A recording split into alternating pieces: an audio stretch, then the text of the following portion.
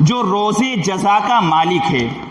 یعنی جو بدلے کا دن ہے اس کا مالک ہے اللہ تبارک و تعالی۔ اللہ تبارک و تعالی نے اپنی رحمت سے انبیاء کرام کو بھیجا، صحابہ کو بھیجا، تابعین کو بھیجا، تبع تابعین کو بھیجا، علماء کرام کو بھیجا کہ آپ ان کو صحیح راستہ بتائیے کہ اگر آپ اس راستے پر چلیں گے تو جنت میں جائیں گے، اور اگر اس راستے پر چلیں گے تو جہنم میں جائیں گے۔ اب دو طرح کے انسان ہو گئے۔ ایک طبقہ تو وہ ہے جو قرآن کی بات کو مانتا ہے، قرآن سے محبت کرتا ہے، قرآن کریم کی تلاوت کرتا ہے، قرآن کریم پر عمل کرتا ہے، نماز بھی پابندی سے پڑھتا ہے، رمضان کے روزے بھی رکھتا ہے، تراویح بھی پڑھتا ہے، اپنے مال کی زکوٰۃ بھی نکالتا ہے، صدقہ و خیرات بھی کرتا ہے، دین کے کاموں میں خرچ بھی کرتا ہے، اللہ نے وسعت دی ہے تو حج بھی کرتا ہے اور رزق حلال کماتا ہے۔ اور ایک وہ شخص ہے جسے نہ قرآن کا پتہ، نہ حدیث کا پتہ، نہ نماز کا پتہ، نہ روزے کا پتہ، نہ زکوٰۃ کا پتہ، نہ حج کا پتہ، اسے کچھ پتہ نہیں ہے، بس کھانا ہے، پینا ہے اور سونا ہے۔ دو طرح کے طبقے ہیں۔ تو اللہ تبارک و تعالی نے ایک دن ایسا رکھا ہے کہ اس میں چھٹائی ہو جائے۔ ایک دن اللہ نے ایسا رکھا ہے کہ اس میں جو ظالم ہے اور جو مظلوم ہیں دونوں الگ الگ ہو جائیں، جو نمازی ہیں اور بے نمازی ہیں الگ الگ ہو جائیں، جو روزے دار ہیں اور روزے خور ہیں دونوں الگ الگ ہو جائیں، جو اپنے مال کی زکوٰۃ نکالنے والے ہیں اور نہ نکالنے والے ہیں دونوں الگ الگ ہو جائیں۔ ایک دن اللہ نے ایسا رکھا کہ جو حج کرنے والے ہیں اور مالی وسعت کے باوجود حج نہ کرنے والے ہیں دونوں الگ الگ ہو جائیں، جو قرآن سے محبت کرنے والے ہیں اور جو قرآن سے دشمنی کرنے والے ہیں دونوں الگ الگ ہو جائیں۔ اللہ نے ایک دن ایسا رکھا ہے، اس کو فرمایا مالک یوم الدین، کہ وہ روز جزا کا مالک ہے اور وہ قیامت کا دن ہے۔ اس دن اچھے برے تمام کی اللہ تبارک و تعالی تمام کا فیصلہ فرمائیں گے، اور وہ اتنا، یہی ایک ایسا عقیدہ ہے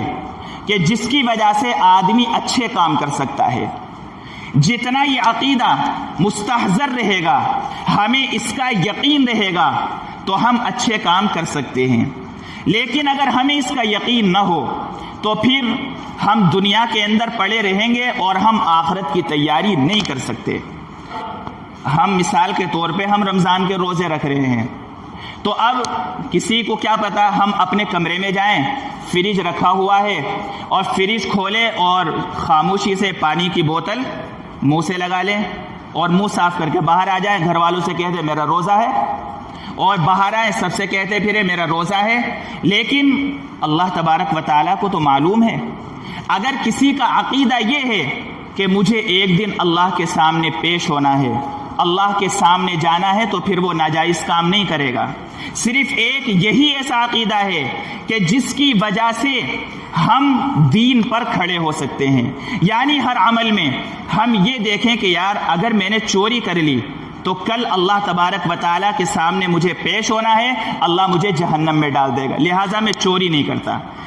اسی طریقے سے دوسرے گناہ ہیں، ان سے بچنا آسان ہو جائے گا۔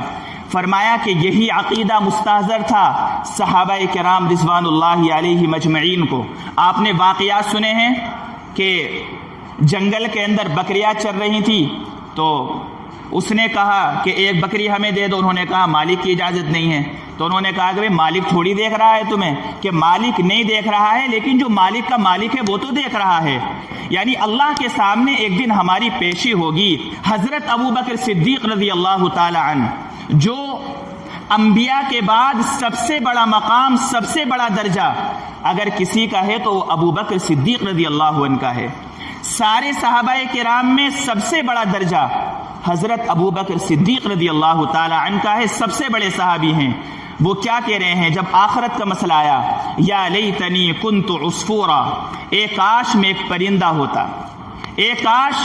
میری ماں نے مجھے پیدا ہی نہ کیا ہوتا تاکہ میں آخرت کے عذاب سے بچ جاتا۔ میں اللہ کو کیا منہ دکھاؤں گا؟ اتنے بڑے بڑے صحابہ، اتنے بڑے نبی، سارے نبیوں کے سردار، وہ تو آخرت کے دن سے ڈر رہے ہیں، اور ہم جو پوری زندگی گناہوں میں گزار رہے ہیں، ہمیں آخرت کی کوئی فکر نہیں ہے۔ ہمیں اگر فکر ہے اپنی دکان کی فکر ہے، اگر ہمیں فکر ہے اپنے بیوی بچوں کی فکر ہے، اگر ہمیں فکر ہے تو یہ فکر ہے کہ میرا نام ہو جائے، اگر ہمیں فکر ہے تو اس بات کی ہے کہ میرے پاس بہت سارا مال ہو جائے، دولت ہو جائے۔